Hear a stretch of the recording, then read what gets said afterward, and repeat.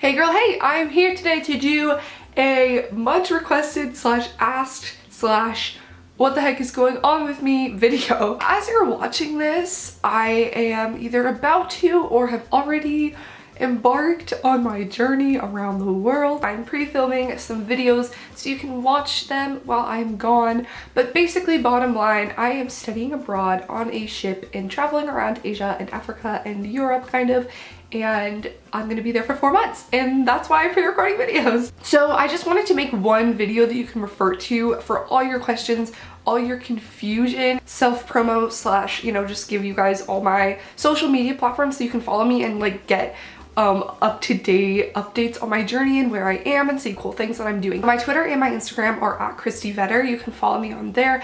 And then my Snapchat is also just Kristee Vetter, one word. I'm doing a program called Semester at Sea, which means I will be on a cruise ship and living the sweet life on deck, mostly. It's a big boat of 700 college students from all around the United States and some international students, but I think it's mostly US kids. I am taking classes and learning things along the way. The boat departs from San Diego on January 5th. I'm not entirely sure when this video that you're watching will be up, but it'll probably be up early January. So maybe when I'm already there or what have you, which is so weird to think. I've been planning for this for over a year, and it's so crazy to think that it's just like a couple short weeks away. I'll be on the ship for 4 months. It starts January 5th and ends on April 16th in London. Japan, China, Vietnam, Burma, India, Mauritius, South Africa, Ghana, Morocco, and London. I'm so excited. I don't want to like keep going on and on about how excited and how great it'll be because I think that's kind of implied. But yeah, so along the way I will be posting pictures on Instagram and Snapchat and things like that when I have Wi-Fi, so I would definitely recommend following me on those so you can see what the heck I'm up to real time, since I won't necessarily be able to upload videos from there right as soon as they happen. It really just depends on where I can find Wi-Fi in the ports, since the ship's Wi-Fi is not very reliable, especially for uploading speeds. I do want to tell you guys that I will 100% be vlogging like the entire experience. I will be putting it on my vlog channel, youtube.com/morekristee.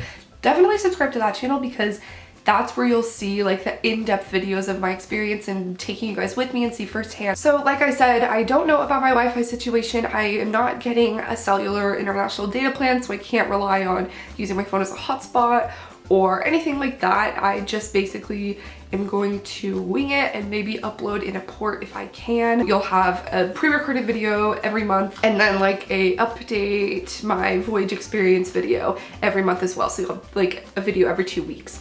That's what I'm hoping, but I don't want to guarantee anything. So hello from my vlog camera really quick, but I wanted to address something I forgot to say in the video. My program ends in London on April 16th, but as of now, I have not booked a flight back. I want to set in stone when I'm coming back because a lot of people choose to travel Europe after or go somewhere else after instead of coming straight to the US. So I don't know how I'm gonna feel at that point as of now. I may or may not. I want to leave it up and open-ended because I think it depends on who I meet on the ship and where those people are going to want to go and if I'm going to want to travel with people after, or if maybe I'm just like tired of traveling and I'll just want to be home. I don't know, but my mom and I found some like pretty decently priced direct flights from London to LA, so I am pretty much counting on something like that. I might travel around Europe for a couple weeks after before I decide to come home, or I might come straight home, but I'm not gonna lock myself in at the moment, and I'll probably, what my friend Esther said, I take a lot of her advice, is I'll probably wait and then halfway through the trip, then I'll like have a better sense of what I want to do, and then I'll book a flight then. I definitely will be back before like end of May because I want to be back for graduation and I want to be back for my 21st birthday. So that's that. Okay, continue the video. So I asked on Twitter for some questions just so I make sure that I'm addressing all the things that you guys want to know. I live in a house in California where I go to school, where I rent. So while I'm gone, one of my friends on my sorority, Hannah, is going to be living there and paying the rent, so I don't have to pay for it while I'm not there. All my stuff is still there. It's just in the garage and in my car so that she can have the room for her personal stuff. And I left my furniture there and everything for her, so I don't have to move any of that. But when I come back for the summer and for the next school year, I will be living there again. So just to clarify that. Someone said, are you excited? What do you expect from it? And like I said, I'm not going to go on and on about how excited and how thrilled I am because that's kind of implied. But what do I expect to get from it is definitely an important question. And right now, like, I just feel like I've been in such a bubble. Like, growing up, I lived in the same place my whole life. You know, I was in an Oregon bubble the whole 18 years that I was growing up. And I did travel, obviously. Like, I went to Europe.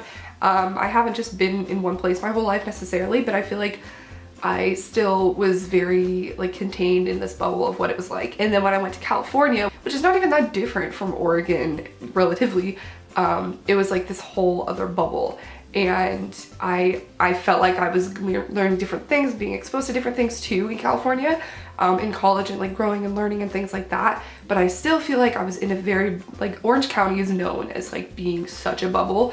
And when I say bubble, I mean just like you're in your own world, not really paying attention to the outside and not really caring kind of thing. Like I had a very narrow viewpoint of the world, and I still feel like that. And you know, everyone has that whether they think it or not, because you're only basing your decisions and your views on the world on your very small place of where you've seen and where you've been. And yes, you can like see things through the media and see things online and like read, but I just feel like I haven't had the opportunity that I want to actually experience what the world is like and how other people think and how people see the world.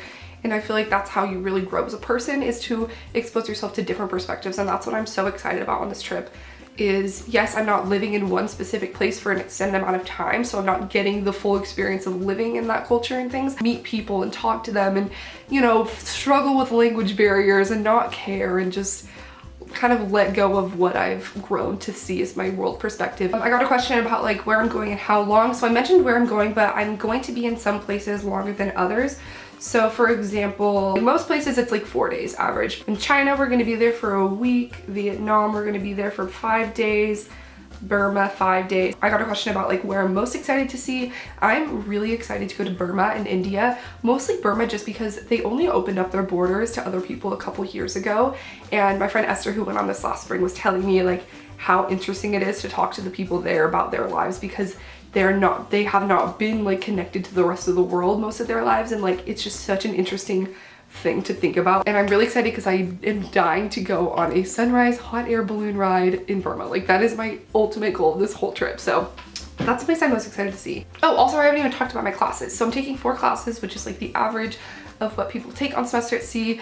And I'm taking international public policy, intro to comparative politics, international trade law, and intro to social psych. Since I'm a political science and peace studies major at Chapman, I wanted to take classes like that to build onto my major. And I just think it'll be interesting to learn things that I've always learned in one place, but learn them from a more global perspective, and how we're tying in things that we're learning and seeing in these countries that we're visiting into my, you know, education as a political science major. With each of those classes, the cool thing about semester at sea is there's a field program tied to it. So for each class, there's a day dedicated in one of the ports to go somewhere with your class and learn about it firsthand. For example, I don't remember which class it is, but one of my classes, the field program is in South Africa. So we're gonna go and learn what we're learning in the classroom applied to something in real life in South Africa. How our class is different from your normal schedule. That's definitely an interesting part of this whole thing, is that it's not a normal schedule like weekdays, weekends, you take classes. Every day that you're at sea is a class day, and every day that you're at port is a weekend / you don't have class when you're in a port. So let's say for the first, it takes like 14 days to get from Hawaii to Japan. So for those 2 weeks, I have class every day. And then while I'm in Japan for 5 days, I don't have class at all. And then there's also like A days and B days. So it's like every other day I have class that I'm at sea, if that makes sense. So I have 2 classes on A days and 2 classes on B days. So I have 2 classes every day, and then while I'm in the port, I don't have class. Are you going with any friends or anyone you know at all? No, I don't know anyone going. And I'm actually so excited by that. I love the opportunity to just start fresh and not know anyone. There are like probably 15 people from my school going. I just don't really know any of them that well. I met a few people at this like study abroad meeting thing, so I know like names and faces kind of, but there's no one that I'm like good friends with, no one from my sorority's going. So many people are gonna be in the same boat. It's just like gonna be starting college all over again and starting an adventure with completely new people that I've never met. And I think that's a great opportunity, so I'm excited about that. Where will you be living? Since it's not really a conventional study abroad experience where I'm living in one place in a dorm there or with a host family or anything like that, I am living on a ship with, I'm gonna have one roommate, and I don't know who it is. You have the option to like request a roommate if you know someone, or a lot of people on the Facebook group would be like, who needs a roommate? Let's talk and see if we're compatible. I'm not gonna do that. I'm just gonna kind of leave it up to fate, because honestly, I don't think you're gonna be able to get to know someone on Facebook well enough to determine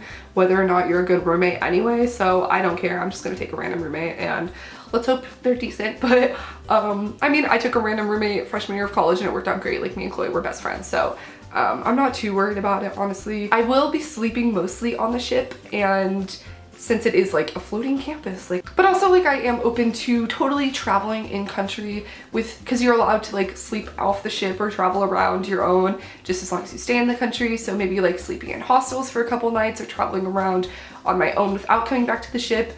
But the ship is always open for people to come back and sleep and eat meals on and stuff. This video has gotten pretty long. It's going to be quite an adventure to edit it, but I hope I kind of covered everything as far as questions and what the heck you think is happening and where I'm gonna be and things like that. So while you're watching this, I'm likely just beginning my journey. If you have other questions, you can tweet me. I'll probably have access to some internet at some point. Okay, thank you guys so much for watching my first pre-recorded video while I'm gone. I will have many more to come, so don't go anywhere. I'll be back. I love you guys so much. Thank you for asking questions if you did, and make sure to subscribe to my vlog channel, follow me on social media so you can follow what the heck I'm doing at this very moment. Right now, when you're watching this, who knows? I might be bungee jumping in South Africa, or I might be getting an allergic reaction and stabbing myself with an EpiPen in India. You never know. I'll see you in my next video.